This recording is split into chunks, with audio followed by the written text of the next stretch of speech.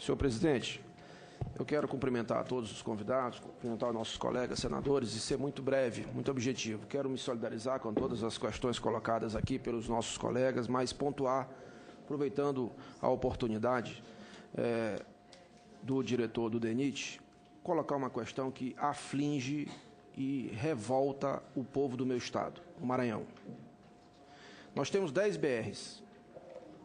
Uma delas, a BR-135, é a única via terrestre que chega à capital do estado, o maior aglomerado urbano do Maranhão, com quase 2 milhões de pessoas. Há aproximadamente um ano atrás, esteve aqui nesta mesma comissão, o ministro dos Transportes, com quem nós, naquela oportunidade, tratamos dessa questão, o acesso à Ilha de São Luís. Senhor presidente, foi feito próximo da Ilha de São Luís um projeto para a instalação de uma refinaria. Esse projeto, a única coisa que refinou foi voto.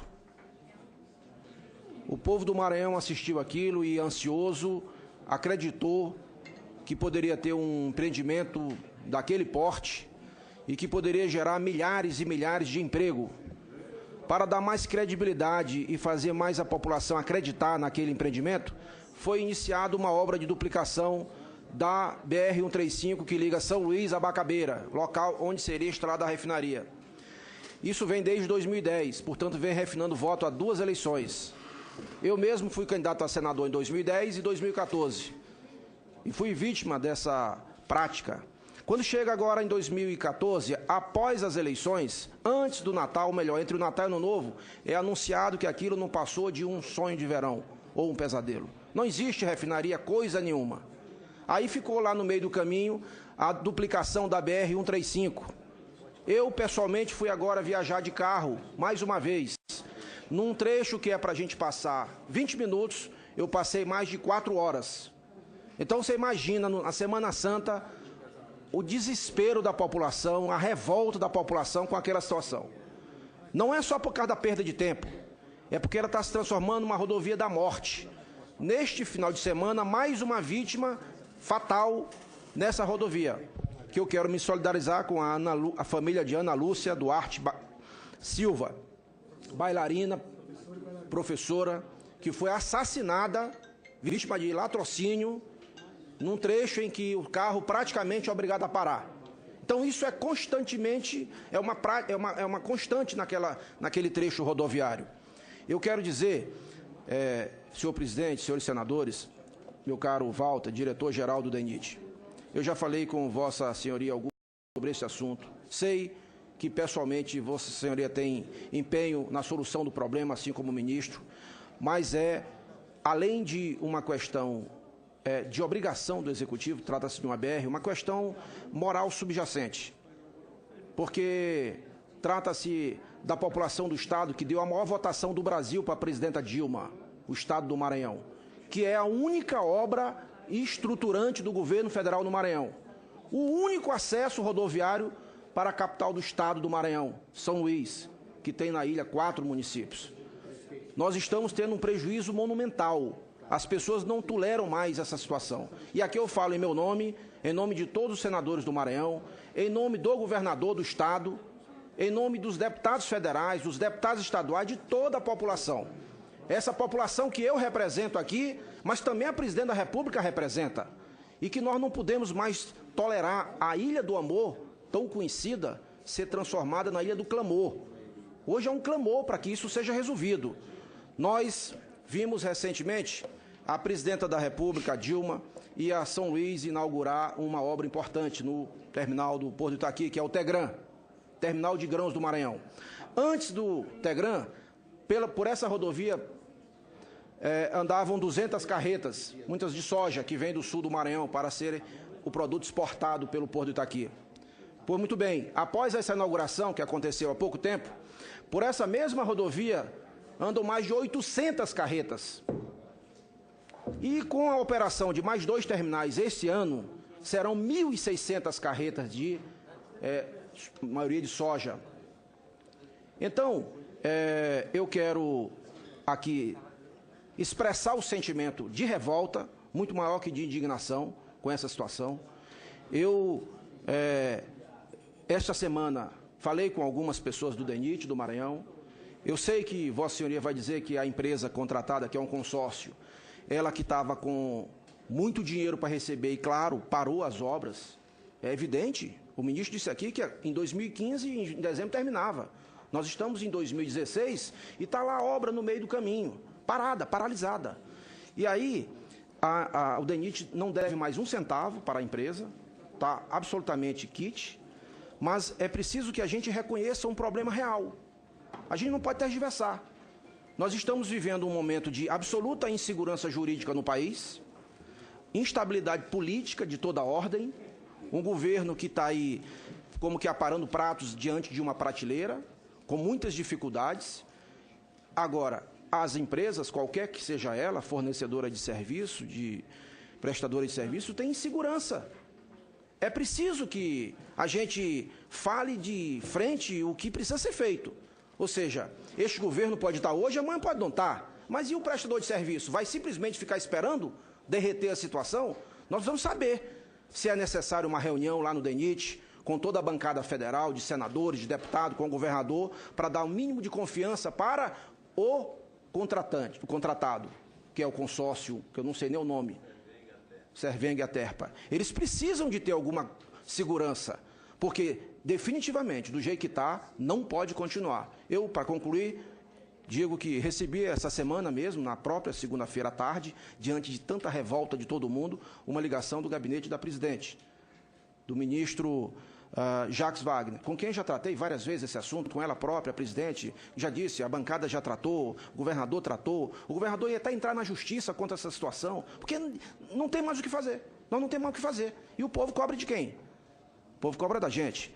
E eu espero, sinceramente, que a gente não tenha aqui, em outra oportunidade, senhor presidente, ter que aqui nessa comissão voltar a tratar desse assunto, porque a gente quer principalmente poupar vidas. E eu encerro, como comecei, me solidarizando com a família da Ana Lúcia Duarte Silva, bailarina, professora, que foi vítima, mais uma vítima de latrocínio, nessa que é conhecida lá no Maranhão como Estrada da Morte.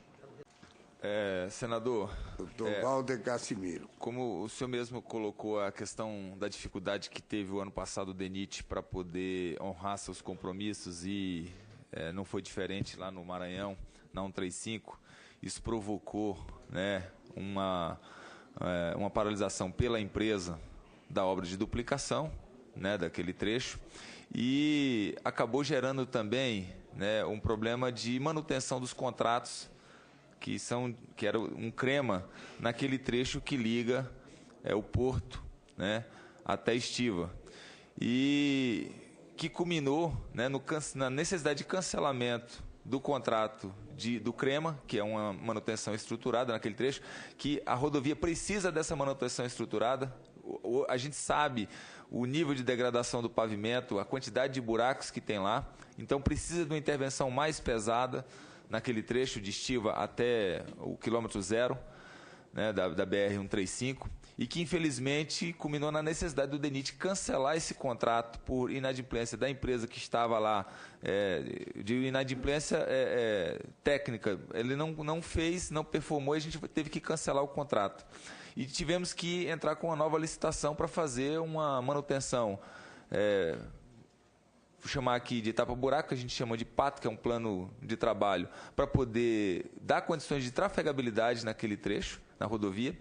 São 2 lotes que nós estamos contratando, um já está contratado, a empresa já está lá, né, prometeu para a gente colocar 8 equipes, está lá com 3 agora, mas prometeu colocar 8 equipes para poder ver se consegue minimizar todo esse problema que hoje ocorre lá na 135, né, do trecho do 0 até o 69, quilômetro 69, e estamos com a licitação em curso, com previsão de abertura da proposta agora para o início da semana que vem, desse outro trecho do 69 até Estiva.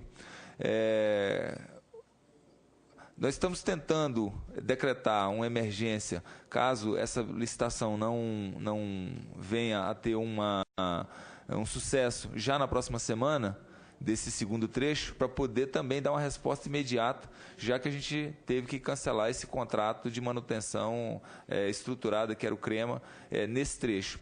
Com relação à duplicação, eu conversei ontem com a empresa, tá? Já tínhamos tido outras reuniões para poder notificá-los, para poder retomar a obra de imediato. Havia uma discussão com relação ao aditivo que o DENIT tinha feito com a empresa e que, mesmo ela tendo consciência de que a gente agora vai pagar em dia e que vai retomar, ela estava discutindo a questão de algumas medições, alguns pagamentos que o DENIT não vinha fazendo por conta de um questionamento do TCU, mas isso já foi solucionado e ela se comprometeu dessa semana, já está mobilizando, garantindo para a gente que já estava mobilizando para poder dar conclusão aos viadutos, iniciar com os viadutos, reclamou alguma coisa de que não poderia retomar de imediato a obra de duplicação por conta da questão de período de chuva, mas a gente tem notificado a empresa para poder entrar de imediato para poder retomar as obras de duplicação. É uma obra que está como emenda impositiva, é uma obra que está como prioridade dentro do DENIT e o DENIT tem feito gestão para poder, caso a empresa não entre de imediato, também aplicar as penalidades do contrato, porque isso, o ano passado a gente até entendia, que foi o que o senhor colocou aqui de intervenção, entendia porque a empresa tinha reclamações de que o DENIT estava com alguns valores não pagos ainda para a empresa. Esse ano a gente pagou tudo, não tem mais essa justificativa de não entrar na obra por falta de pagamento. Então, a gente está atuando nessa questão. Ontem, o nosso coordenador geral de manutenção esteve com o governador, com a equipe do Estado, para poder mostrar o plano de ação que está sendo feito nesse trecho de Estiva até o quilômetro 0, até o Porto, tá? Para poder a gente dar a resposta que o Estado merece. Muito bem. Eu, então, entendo que são duas questões distintas. Uma de manutenção, que teve problema com a empresa, que teve que fazer uma nova licitação e que, se não tiver sucesso, até a semana que vem, será feito um decreto emergencial. Emergência. Ok. E o outro é a obra em si de duplicação. Essa obra a empresa está se prontificando a retomar agora. De imediato. De imediato. O que é importante destacar que a emenda impositiva que fomos nós que fizemos, ela é do trecho de Bacabeira para Miranda, não é desse trecho que está sendo reclamado agora. E que esse trecho já tem 70% concluído, falta 30%. Agora, o importante é que Vossa Senhoria, se puder, estabelecer uma data para que a população, por nós aqui representada, tenha noção do prazo que isso aí conclui, esses 30% até Bacabeira, presidente, é a entrada para os Lençóis Maranhenses. Eu estava lá o final de semana, como disse, ao invés de passar 2 horas no trecho, passei 7 horas. Às 3 horas da manhã, eu estava com minha esposa dormindo, no domingo.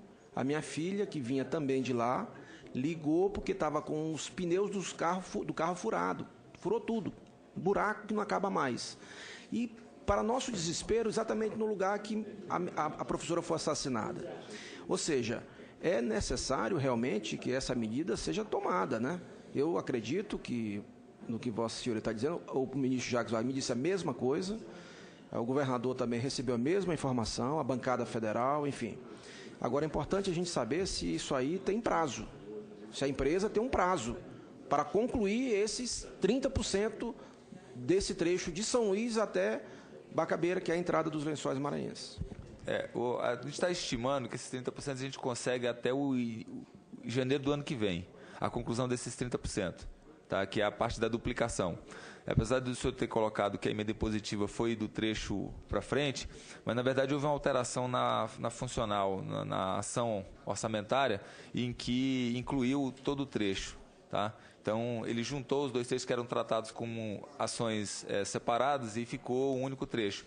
Porque nós temos, para essa conclusão dos 30%, a previsão ainda de gastar 100 milhões nesse trecho. Temos 40 inscritos em resto a pagar e a gente vai precisar utilizar 60 nesse trecho ainda do que foi colocado na emenda impositiva. E sem querer abusar, mas definitivamente para concluir, isso já me levou até aí na EPL, Empresa Planejamento e Logística, para poder tentar fazer um PMI, uma proposta de manifestação de interesse, para que aquele trecho, que se tiver um trecho viável economicamente no Maranhão para ser administrado pelo capital privado, é esse que chega à ilha. Porque se o poder público é incapaz de oferecer uma solução à população, tem que ter a capacidade de chamar o capital privado para se unir. A gente sabe que da metade para baixo, onde a sociedade é maior que o governo, as concessões são mais fáceis de serem feitas. Da metade para cima, onde o governo é muito maior que a sociedade, como é o meu caso, o caso do Rio Grande do Norte, do nosso presidente, tem dificuldade de ser simplesmente concessão. Então, vocês têm que estudar um misto de PPP, ou seja, o público entra com uma parte e o privado com outra. Porque só o privado não tem taxa de retorno, não funciona, entende? Tanto que não tem nenhuma PPP do governo federal, nenhuma, tem estadual, Pernambuco, por exemplo. É preciso a gente compreender isso, porque senão a gente não resolve. A gestão pública está entrando em colapso, não tem recurso, e a gente tem que encontrar meios criativos para poder resolver. E acredito que colocar isso para a gestão privada, mediante uma taxa de retorno razoável, com um pedágio, uma rodovia pedagiada, é uma solução que 90% da população aplaude.